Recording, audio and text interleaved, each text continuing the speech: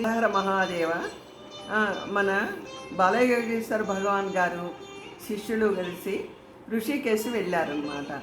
ఋషికేశ్ వెళ్ళి అక్కడ గంగలో చక్కగా స్నానం చేశారు. గురువుగారు దగ్గరుండి ఆ శిష్యులు గురువులు చక్కగా గంగలో స్నానం చేసేసారు. గురువుగారు శిష్యులు కలిసి స్నానం చేసేసి వాళ్ళు అక్కడ ఋషికేశ్లో రుద్రాక్ష చెట్లు ఎక్కువ ఉంటాయి అన్నమాట. అయితే వీళ్ళు అనుకుంటారు, మనం రుద్రాక్ష చెట్టు నుంచి ఒక రుద్రాక్షని స్వయంగా కోసుకు తెచ్చుకుందామా అని అనిపించి బయలుదేరి కొంత దూరం వెళ్తే అక్కడ ఒక మెట్లు లాగా వస్తాయి. ఆ మెట్లు ఎక్కుతూ ఉంటారు. పక్కన చాలా మెట్లు ఉంటాయి. పక్కనేమో ఒక శవం తగలబడుతూ ఉంటుందన్నమాట. తగలబడుతూ ఉంటే సరే అది దాటి 4 అడుగులు వేస్తారు. వేసిన తర్వాత బాలయోగేశ్వర భగవాన్ గారు అంటారు శిష్యులతో, మిత్రుడైన శిష్యుడు ఉన్నారు కదా, ఆయనతో అంటారు భగవాను, నువ్వు కొంచెం గంగలో దిగి 4 మెట్లు ఒక బాటిల్తో గంగ నీరు తీసుకురా అని చెప్పేటప్పటికి ఆ శిష్యుడు నేను వెళ్ళాను అని చెప్పేసి, అతనికి అన్నిటికీ భయం అన్నమాట. దేనికి కదలడు. నేను వెళ్ళను అంటూ అలాగే కూర్చుండిపోతాడు. అయితే అతనేమో నేను వెళ్ళను అని చెప్పేసి అనేటప్పటికీ ఇంతలోకి అనేసి అతను ఏం చేస్తాడు, పక్కకి వెళ్ళి అక్కడ ఏవో పానీపూరిలో బజ్జీలో మిరపకాయ బజ్జీలో చేస్తుంటే అవి తింటూ కూర్చుంటాడు. ఆయన కూర్చునేటప్పటికీ ఇంతలోకి ఈ శరణాగత భక్తుడైన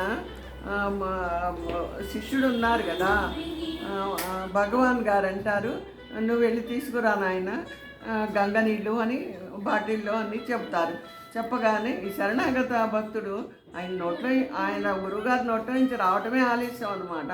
పరుగు పెట్టడమే కదా ఆయన ఆజ్ఞలాగాను.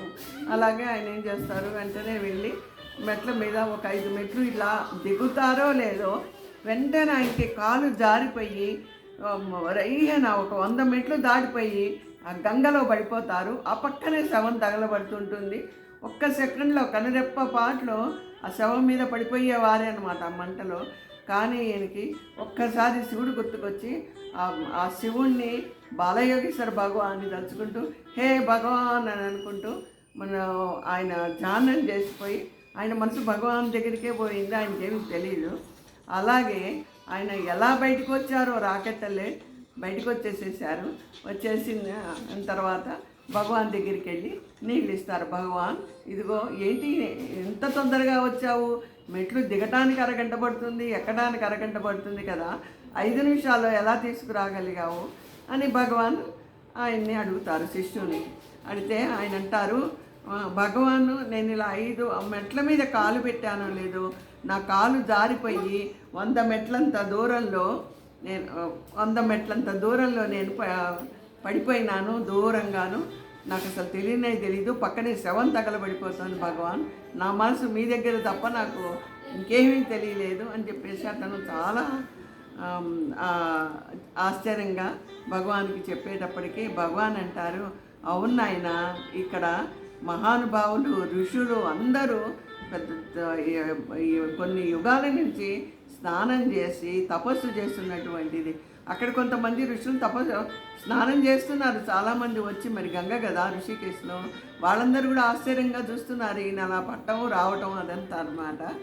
అప్పుడు భగవాన్ గారు అంటారు, నువ్వు నిజంగాను నీ అంతటి శిష్యుడిని నేను ఎక్కడా చూడలేదు నాయన అని చెప్పేసి భగవాను ఆ శిష్యుడిని మెచ్చుకుంటారు. భగవాన్ ఇదంతా నీ కృపే అని చెప్పేసి ఆయన ఆ భగవాన్ కాళ్ళ మీద పడి నమస్కారం చేసుకుంటారు. ఇది చాలా అత్యద్భుతం కదా. హర హర మహాదేవ్.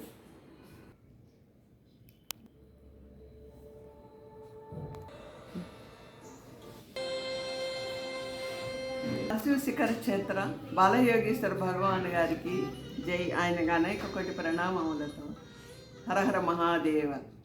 శ్రీమతి విజయాభ్రమరాంబ, తాడేపల్లి.